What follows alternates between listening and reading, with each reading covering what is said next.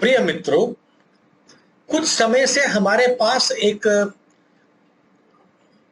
Petrol की बहुत बात होती है, पेट्रोलियम प्रोडक्ट की बात हो रही है, डीजल की बहुत बात हो रही है कि डीजल की प्राइसिंग बहुत बढ़ गई है, पेट्रोल की प्राइसिंग बहुत बढ़ गई है।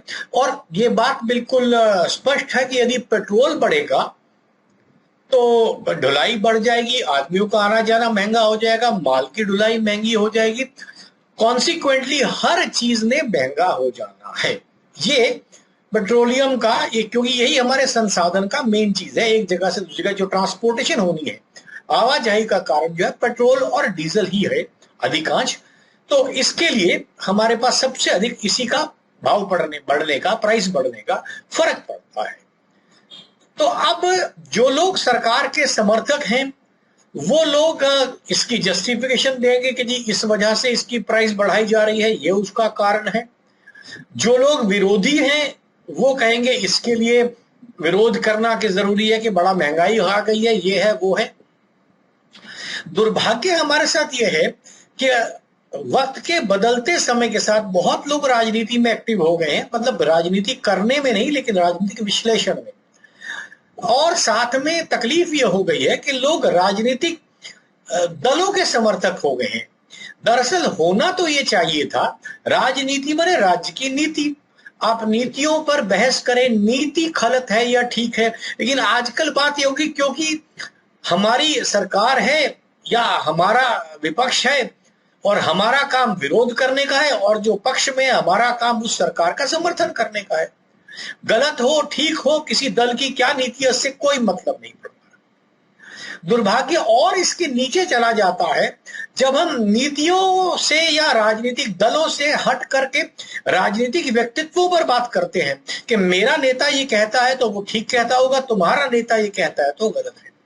अब इसमें हो ये क्या है कि अगर एक नेता कुछ गलती आप पकड़िए, जो आपका विरोधी है उसकी गलती पकड़िए, बोले तुम्हारे नेता ने ये किया, तो दूसरा बोलता है तुम्हारे नेता ने इससे बड़ी गलती करी है। मतलब अपने अपने नेताओं की गलतियां, अपने अपने राजनीतिक दलों की गलतियां मानते हुए भी लोग मतलब कतराते हैं। और ये बहुत बड़ा एक सवाल उठता है कि यार इस तरह तो हम बढ़ते जाएंगे और होगा कुछ नहीं। जिस तरह की राजनीति हमें विरासत में दी गई है, आपको मालूम है कि इंग्लैंड में ले लीजिए या अमेरिका में ले लीजिए, कुल गिनती की 2-3-4 पार्टियां हैं, उनकी कुछ नीतियां हैं। हमारे यहाँ तो 1700 पार्टियां हैं, हर आदमी जो जीतता है वो नई पार्टी बनाकर खड़ा हो जाता है। तो इस तरह आपका विभाजन होता रहेगा और आप असली मुद्दे को कभी समझ नहीं पाएंगे। आइए बात भटकने से पहले हम लोग पेट्रोल पर आ जाते हैं। हम दो पेट्रोल की कीमतों की चर्चा करते हैं। एक पेट्रोल की कीमत हम लेते हैं अगस्त 2014 की और दूसरी चर्चा अभी लेते हैं जो हमारे पास मार्च 2022 अप्रैल 2022 की है। मैंने 7-8 सालों में क्या फर्क आया। आपको शायद जानकर हैरानी हो कि पेट्रोल की बेसिक प्राइस तब भी 47-48 रुपए थी, डीजल की प्राइस तब भी 47 रुपए थी। डीजल पेट्रोल की प्राइस आज भी 48 और 49 रुपए है, लगभग 49 रुपए 20 पैसे कोई बताएगा, कोई 70 बताएगा, लगभग 1-1.5 रुपए का फर्क पेट्रोल और डीजल में आज है। लेकिन दोनों की ही बेस प्राइस आज भी 50 रुपए से नीचे है। और यही प्राइसिंग आपके पास 2014 में थी जब आपके पास 74, 75, 70, 72, 78 रुपए का पेट्रोल मिलता था और आज आपका पेट्रोल 100 रुपए से ऊपर का है। अब फर्क समझिए, जब हमारे पास 2014 की अगर आप बात करें तो सरकार का, केंद्र सरकार का टैक्स जो था वो लगभग पेट्रोल के ऊपर 9-10 रुपए होता था और डीजल पर 3-4 रुपए होता था। और राज्य सरकारें अपना 10-11 रुपए वो ले लिया करती थी। तो लगभग 50 रुपए का पेट्रोल हो गया, 10 रुपए करीब सरकार ने ले लिए, केंद्र सरकार ने 10-12 रुपए आपकी राज्य सरकार ने ले लिए, 70 रुपए करीब हो गया। 2-4 रुपए पेट्रोलियम की कमीशन होगी, 70-75 रुपए का आपका पेट्रोल तैयार हो जाता था जो आपको मिलता था। अब क्या हो गया है, अब डीजल पेट्रोल दोनों के ऊपर आपका टैक्स हो गया केंद्र सरकार का लगभग 32 रुपए। तो 50 रुपए का पेट्रोल हो गया, 32 रुपए का केंद्र सरकार का टैक्स हो गया। अब इसके साथ क्या हुआ, जब केंद्र सरकार ने अपना टैक्स बढ़ा लिया तो राज्य सरकारों ने भी बहती गंगा में हाथ धो लिया। 2-4 रुपए उन्होंने बढ़ा लिए, 15-16 रुपए उन्होंने कर दिए। तो आपके पास 50 रुपए का बेसिक पेट्रोल हो गया, 30-32 रुपए एक सरकार का टैक्स हो गया, 12-14 रुपए दूसरे सरकार का टैक्स हो गया, 3-4 रुपए डीलर की कमीशन हो गई, फिर एक सेस लग जाता है। वो कुल मिला के आपका पेट्रोल 100-103 रुपए और इसी तरह डीजल उसी प्राइस में चला जाता है। अब इस पूरी में जो मेन फर्क है वो केंद्र सरकार का जो टैक्स है। आपको ध्यान होगा एक समय पर, काफी समय पहले, सालों पहले सरकार ने पेट्रोल को डीरेगुलराइज कर लिया था कि रोज इसका पेट्रोल बढ़ेगा, मतलब दाम अपने आप तय होगा। मुझे ये समझ नहीं आती रोज पेट्रोल बढ़ने के पीछे का कारण क्या दिया है। सरकार ने अपना कह दिया मुझे तो टैक्स दे दो जी 32 रुपए, बाकी पेट्रोल कंपनी से कह दिया अपना पेट्रोल आप बढ़ा ले आपस में मिल करके। ये मुझे समझ नहीं आया, ये इसका डीरेगुलेशन का मतलब क्या हुआ कि उनको कह दिया कि हमें तो टैक्स, या तो सरकार ये कहे कि टैक्स भी हमें गिनती का मिलेगा, सरकार ने अपना कर दिया टैक्स तो मुझे उतना दीजिए, बाकी आप लोग राज्य सरकारें ले लें, केंद्र सरकारें ले लें, थोड़ा सेस और थोड़ा डीलर कमीशन ले लें, बाकी आप लोग जो मर्जी पेट्रोल प्राइस 15-10 रुपए, मतलब 5-10 रुपए रोज बढ़ाते रहो, 70 बढ़ा लो, 80 पैसे बढ़ा लो, ये चलता है। अब जो अच्छा, इसमें अब जो पेट्रोलियम का प्राइस मिल रहा है आपको मैं बताऊं, लगभग हमारे देश में 10 से 12 करोड़ लीटर पेट्रोल रोज बिकता है। 10 से 12 करोड़ लीटर पेट्रोल रोज बिकता है, और अगर एक के ऊपर 30 रुपए है तो 300 करोड़ रुपया केंद्र सरकार की जेब में रोज का आ रहा है। और ध्यान दीजिएगा ये सिर्फ पेट्रोलियम की प्राइस की बात कर रहा हूं, डीजल इसके अलग है। आपको ये पता होना चाहिए, कुछ लोग क्रूड ऑयल से बात करते हैं, क्रूड ऑयल का पेट्रोलियम की साइड में कुल 40% प्रोडक्ट आता है, 60% दूसरा प्रोडक्ट है। मोबिल ऑयल बनता है, केरोसिन बनता है, डीजल बनता है, एविएशन फ्यूल बनता है, ग्रीस बनती है, ये सारी पेट्रोलियम की चीजें और बनती हैं।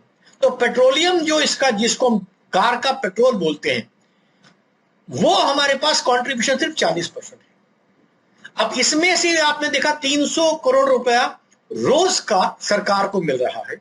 अब कर क्या रही है सरकार, इसमें भी बड़े मजे की बात है कि सरकार कर क्या रही है। एक हमारे मिनिस्टर हैं अलग अलग विभागों के, पेट्रोलियम मिनिस्टर इस पर कुछ नहीं बोलेंगे।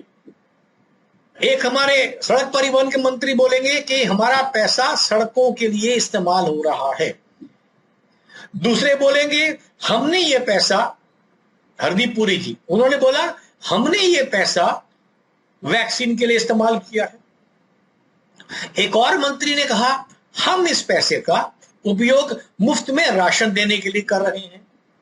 चौथे मंत्री ने यह कहा हम इस टैक्स का पैसा लोगों की बेसिक अमेनिटीज के लिए कर रहे हैं। अब सवाल ये समझ नहीं आता, ये चारों स्टेटमेंट जो दी गई है ये फाइनेंस मिनिस्टर ने नहीं बताई है, वित्त मंत्री ने नहीं बताई है कि इस पैसे को किया क्या जा रहा है, ना पेट्रोलियम मंत्री बताते हैं, बाकी मंत्री बता रहे हैं कि इसका ये मद है।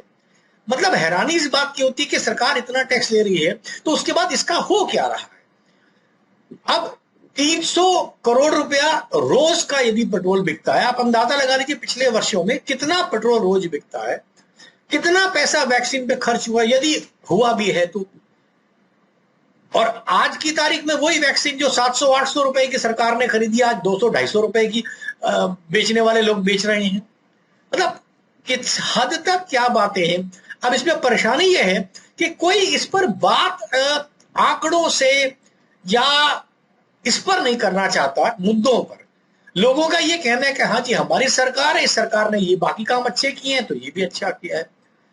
जब तक आप इस प्रकार के मुद्दों पर विश्लेषणात्मक बात नहीं करेंगे, मतलब आप पूछिए कि ये क्यों हो रहा है, तब तक आपको सही दिशा सरकार की सोच की सामने नहीं आने वाली।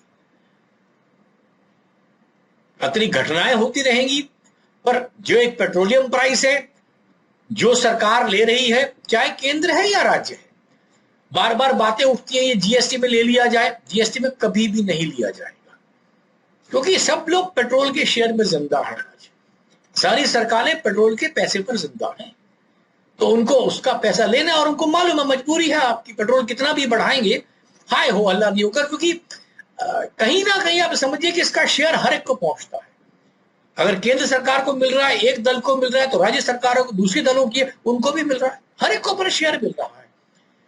लेकिन आम आदमी को इस बात को समझने की आवश्यकता है कि यार इन मुद्दों को समझा जाए, इन मुद्दों से हमें क्या फर्क पड़ेगा, वो जानना जरूरी है। तो सिर्फ मैंने इसके विश्लेषण के लिए अपने तरीके से, एक पहलू से, अपने तरीके से आपको कुछ बात कहने की कोशिश करी है। यदि आपको मेरी बात ठीक लगे तो इस पर विचार जरूर कीजिए और एक ऐसा रास्ता निकाला ताकि इस पर संवाद हो, पता लगे क्या बात है। धन्यवाद।